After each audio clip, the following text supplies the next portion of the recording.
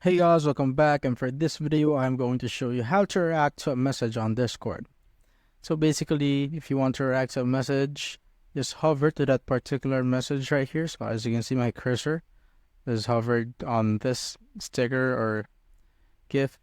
So what you want to do is go to the top right of that particular message and you'll see this emoji or emoticon here. Click on the that add reaction button.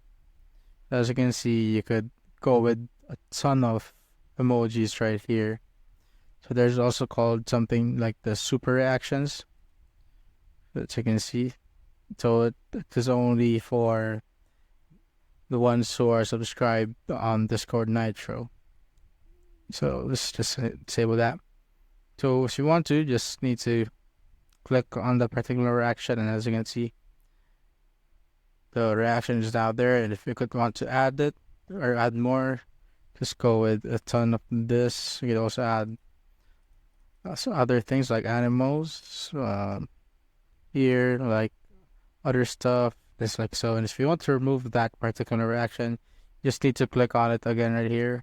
As you can see, the reactions are gone. And that's it, guys. If you have found this video helpful, simply leave a like below or subscribe because it helps reach more people. See you on the next one.